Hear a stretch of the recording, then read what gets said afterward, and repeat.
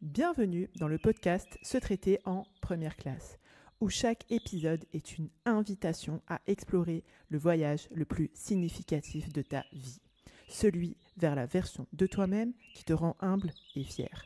Je suis Émilie Antoine, psychologue, experte en gestion mentale et émotionnelle. Je suis également la fondatrice de mapsyenlignechaismoi.fr. Ici, nous croyons fermement que se traiter en première classe n'est pas un caprice, mais un acte d'amour et de considération envers soi-même et envers autrui.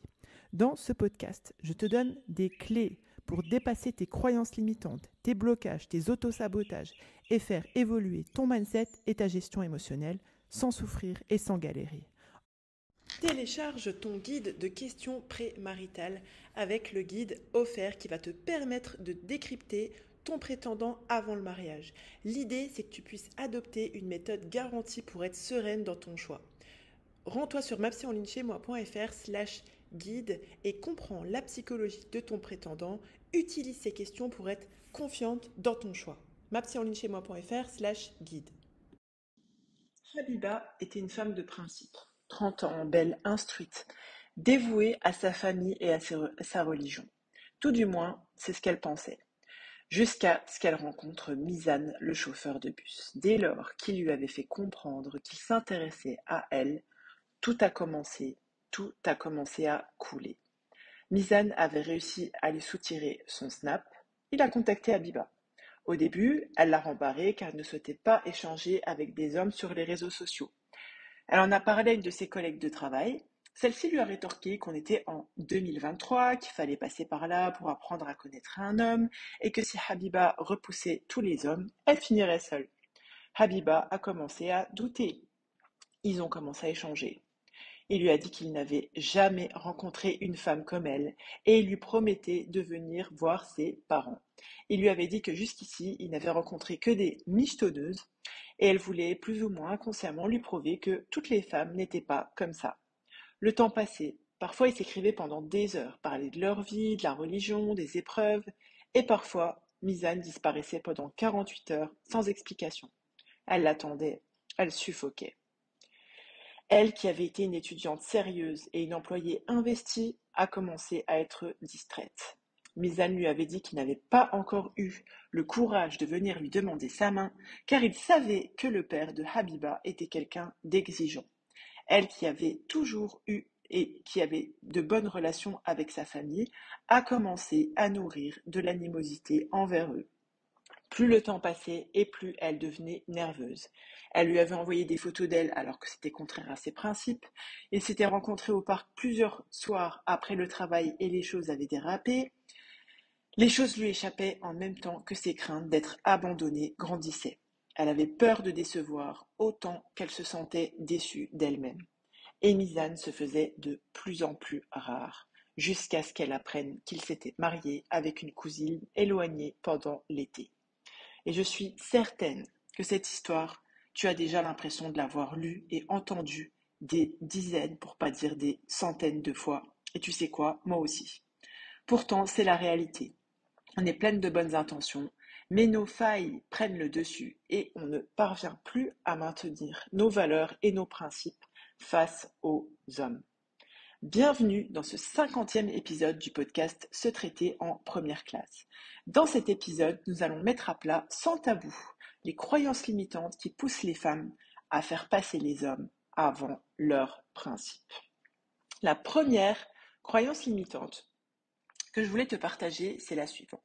C'est l'idée, en fait, je ne vais pas y aller par quatre chemins, c'est l'idée qu'il faut pouvoir se sacrifier pour l'autre. Et du coup, quand on a cette idée, en fait, cette croyance que aimer, c'est se sacrifier pour l'autre, ben on pense, encore une fois, plus ou moins consciemment, qu'il faut se mettre de côté pour bien aimer. Et du coup, ça a pour conséquent que certes, on s'oublie, comme on dit un petit peu familièrement, mais quand on s'oublie, ben souvent, on oublie ses principes et ses valeurs. Et c'est le système, en fait, c'est les attentes de l'autre en face qui prennent le dessus.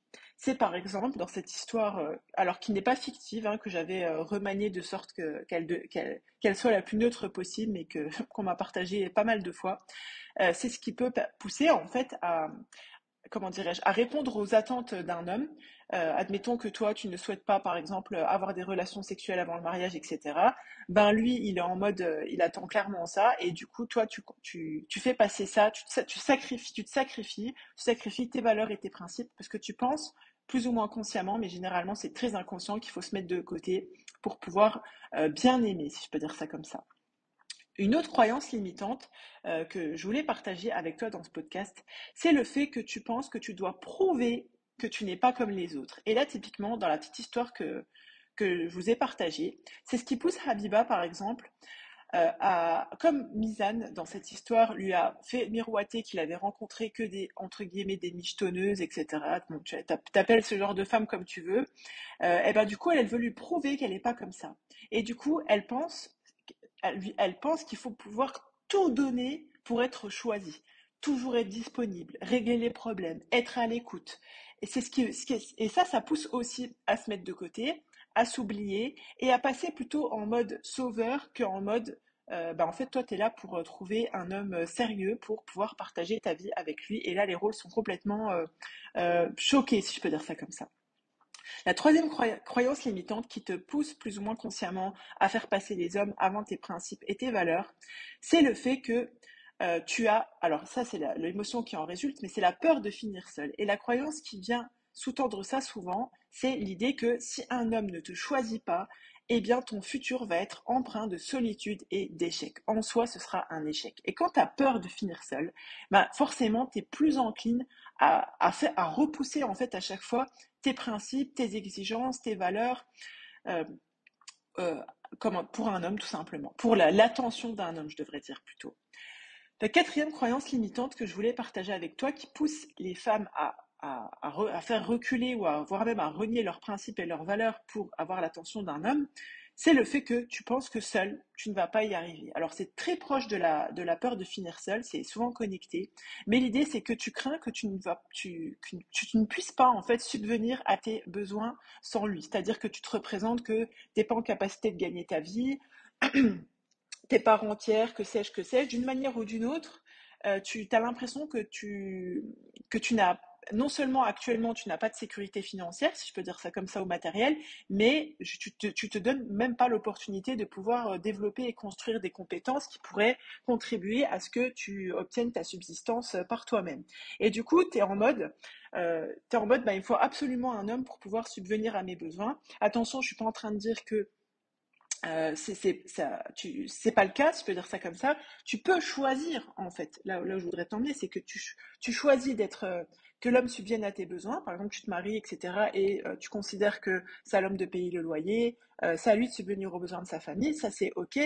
Mais tu peux très bien avoir une sécurité financière, je sais pas moi, être rentière, chef d'entreprise, salarié ou autre. T'as une sécurité financière et c'est l'homme qui subvient à tes besoins, c'est-à-dire dans le sens où il paye le loyer, etc. et tout, en tant que choix en fait, pas en tant que résultant du fait que tu crains de pas pouvoir subvenir à tes besoins. Tu vois la petite nuance, d'accord?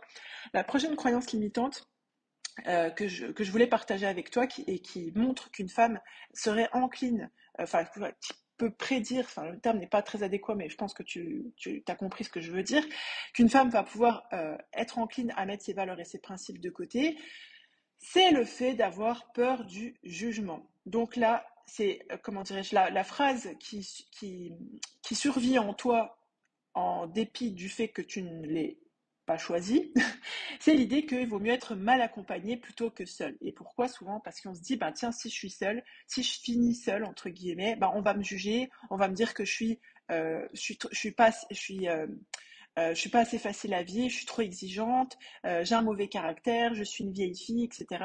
Et comme tu as peur que les gens disent ça, bah, tu vas être plus encline à accepter des attentes et des exigences d'un homme, tant bien même elles sont contraires à tes valeurs et tes principes, parce que tu as plus peur du jugement que, de, que tu ne te sens de t'affirmer dans tes valeurs et tes principes. Une autre croyance limitante qui peut pousser une femme à repousser encore une fois ses valeurs et ses principes pour un homme, c'est le fait de se dire, tiens, plus on se fréquente et plus on va se connaître. Autrement dit, tu crois qu'il faut fréquenter quelqu'un pendant longtemps pour le connaître vraiment et avoir l'assurance que tu peux te lancer avec lui. C'est faux, Faux, faux. Qu'est-ce qui se passe en fait quand plus on fréquente une personne, surtout si on ne vit pas avec elle, et plus on va renforcer des idéaux, des croyances imaginaires en fait. On va se faire des films, on va plutôt en fait faire le focus sur ce qu'on rêve que la personne soit, et le cerveau va, comment dirais-je, il fonctionne avec ce qu'on appelle des biais cognitifs notamment, et tu vas voir que le bien en fait. Tu vas voir que le bien chez lui, tu vas voir que ce qui va rentrer dans tes désirs, dans tes passions, etc. Tu ne vas pas du tout avoir une vue d'ensemble de qui il est, parce que tu vas le voir que quand tu vas le voir quelques heures ou quelques jours pendant plusieurs mois ou plusieurs semaines. Donc c'est très facile de montrer le meilleur de sa personne dans ces moments-là. C'est peu challengeant, si je peux dire ça comme ça, comparé à une vie de couple, à un quotidien de couple marié. Et en plus, bah, les messages, t'écris ce que tu veux, tu as le temps de la réflexion, etc. Donc, ce que tu vas faire, plus tu vas connaître quelqu'un, plus tu vas fréquenter quelqu'un, et plus tu vas le connaître comme ça en sortant avec, et plus tu vas alimenter finalement un idéal qui n'est pas du tout fidèle, si je peux dire ça comme ça. Bien sûr, tu vas retrouver des choses, mais quand tu vas te retrouver, par exemple, si vous finissez par vous marier, à vivre ensemble, à être mariés, tu vas l'impression de rencontrer une autre personne. Parce qu'en fait, les challenges du mariage, donc vivre ensemble, partager des épreuves, avoir des enfants, construire un foyer, en fait, ça révèle des choses nouvelles, pas parce qu'il te les a cachées, mais parce qu'on se révèle à l'aune des différents challenges, des différentes épreuves qu'on a dans la vie, tout simplement. Donc c'est totalement faux de penser qu'il faut fréquenter un maximum un homme, c'est-à-dire sortir avec, hein, clairement, pour le connaître et pour savoir si on va se lancer. C'est absolument faux. C'est vraiment l'étape du mariage, le fait de vivre avec une personne et de construire un foyer qui te montre vraiment à qui tu as affaire. Et une autre croyance limitante qui pousse aussi les femmes à renier leurs valeurs et leurs principes face à un homme, c'est l'idée que si je me trompe, eh bien, ça va signifier que je suis une ratée. Autrement dit, tu as peur de faire le mauvais choix. Et c'est très lié à ce dont je vous parlais avant, c'est-à-dire que comme tu as peur de faire le mauvais choix, tu vas vouloir tout, essayer de tout contrôler, même ce qui n'est pas dans ta zone, comment dirais-je, de maîtrise, pour pouvoir te dire, ah, c'est bon, j'ai fait le bon choix, en fait. Et comme tu as peur de faire le mauvais choix, bah, tu vas aussi, ton cerveau, en fait, il va s'orienter sur ce qui va te montrer que c'est pas le mauvais choix, etc. T'es pas objectif par rapport à la situation en fait, parce que tu regardes les choses avec, tu donnes la signification de, par exemple, admettons t'es en mode, t'as ce valeur et ce principe que tu ne veux pas, par exemple, avoir de relations intimes ou fréquenter un homme avant d'être marié. Et tu dis, ouais, mais si je fais le mauvais choix, j'ai peur du mauvais choix, etc. Parce que, en fait, tu interprètes une séparation, un divorce plus tard en disant, oui, mais c'est moi, j'ai fait le mauvais choix. Et en fait, les trois quarts du temps, c'est faux. Tu as fait le choix à l'aune de ce que tu savais à l'instant T, de qui tu étais à ce moment-là. Et dès lors que que tu fais d'une affaire personnelle de ce qui était finalement ton destin, tu vois, parce qu'à un moment donné, quand tu fais connaissance avec un prétendant, avec un homme, et que tu regardes comment il est, bah, tu vois comment il est à cet instant-là, en fait. Si, je parle pas des cas où tu es dans le déni par rapport à des choses évidentes. Genre, le mec, il te dit, j'aime bien boire une petite bouteille de whisky ou fumer du shit tous les soirs, et toi, tu te dis, ouais, mais non, quand on va se marier, il va changer, tout machin. Non, là, les faits étaient les faits, d'accord? Tu as choisi, en fait. Mais quand tu ne sais pas, bah là, l'affaire est différente. Et la dernière cause que je voulais partager avec toi, qui fait que une femme va être plus encline à mettre ses valeurs et ses principes de côté, eh bien, c'est cette idée, encore une fois, cette croyance plus ou moins consciente que tu as besoin d'un homme pour te sentir bien dans le sens de te guérir, pour te sauver, pour sortir, par exemple, tu vis chez tes parents et tu es maltraité, etc. Admettons, tu as fait des choix religieux qui ne sont pas acceptés et tu as besoin de partir de chez tes parents, par exemple, pour faire la prière et tu te dis ouais ben c'est mon mari qui va me sauver, c'est lui qui va m'ouvrir la situation, etc. Du coup ça te rend pressé.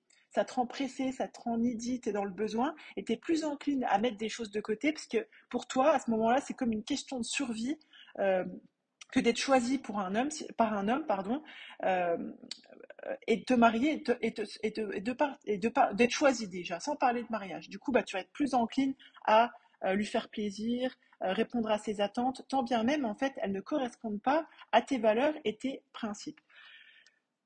Voilà. Donc, je t'ai partagé au total 1, 2, 3, 4, 5, 6, 7, 8 raisons, d'accord? 8 raisons qui poussent une femme à, c'est des 8 croyances limitantes, en fait, qui poussent une femme à faire passer les hommes avant ses principes. Et tu vois que ces croyances limitantes, en fait, elles relèvent beaucoup de, comment dirais-je, de vulnérabilité, de faiblesse sur lesquelles il faudrait vraiment se pencher, en fait, et travailler.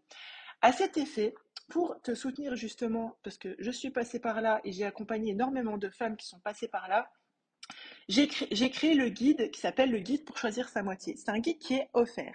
Tu peux profiter de ce guide en Offert en contactant. te rendant sur mapsyenlignechez-moi.fr/guide. Dans ce guide, tu vas trouver les questions d'une psy, en l'occurrence moi, pour arrêter de perdre ton temps avec les hommes, avec du blabla inutile. L'idée, c'est que tu puisses faire connaissance efficacement pour vérifier que ton prétendant te corresponde vraiment. Donc, je t'invite à télécharger ce guide offert sur mapsyenlignechez-moi.fr/guide pour récupérer ton questionnaire qui va te permettre d'analyser et de vérifier que tu es vraiment compatible avec ton prétendant. Si tu es prête à donner un tournant à ta vie et à embrasser pleinement l'idée de te traiter en première classe, je t'invite à rejoindre ma Psycampus. C'est le pas décisif vers une version de toi-même plus sereine, plus confiante, plus épanouie. Sur ma Psycampus, tu commenceras par découvrir les fondations de la maîtrise mentale et de la gestion émotionnelle, posant ainsi les bases saines de ton évolution. Ensuite, tu embarqueras sur un voyage transformateur qui te révélera comment accueillir ton unicité et cultiver une paix intérieure face aux défis de la vie. Tu apprendras à forger de la confiance et à vivre en harmonie avec ta nature profonde, tout en affirmant tes convictions, tes valeurs, tes principes avec bien plus d'assurance. Tu recevras les clés pour prendre des décisions judicieuses et structurer ta vie de façon à ce qu'elle reflète fidèlement tes aspirations, tes valeurs et tes principes. Tu seras guidé vers la maîtrise de ta sérénité intérieure et l'expression de ta grâce naturelle. Je te fournirai, étape par étape, une méthode pour devenir une femme non seulement capable d'agir conformément à ses ambitions, mais aussi de célébrer son épanouissement personnel, professionnel et spirituel. Avec ma méthode alliant la profondeur de la psychologie à un coaching de déclic garanti sans blabla, New Age, sectaire, ésotérique, tu passeras de la théorie à la pratique, te dotant des outils nécessaires pour une évolution tangible. Et c'est sans risque. Si après avoir activement participé et suivi tous les modules, les rendez-vous individuels, les rendez-vous groupés, de coaching, de cercle, en live ou en replay, et planter les graines des exercices proposés, tu ne constates aucune amélioration, nous nous engageons à te rembourser intégralement. Le seul risque que tu prends en nous rejoignant sur ma Psycampus, c'est de te transformer en une version plus épanouie, plus confiante, plus sereine de celle que tu es. Pour commencer ce voyage transformationnel, rends-toi sur mapsyenlignechez-moi.fr/mapsycampus. MAPSYCAMPUS. Ensemble, sur MaPsyCampus, nous allons débloquer ton potentiel et te guider vers une version de toi inspirée et inspirante. Tu es la première personne à bénéficier du crédit que tu accordes à ton existence. À très bientôt sur MaPsyCampus.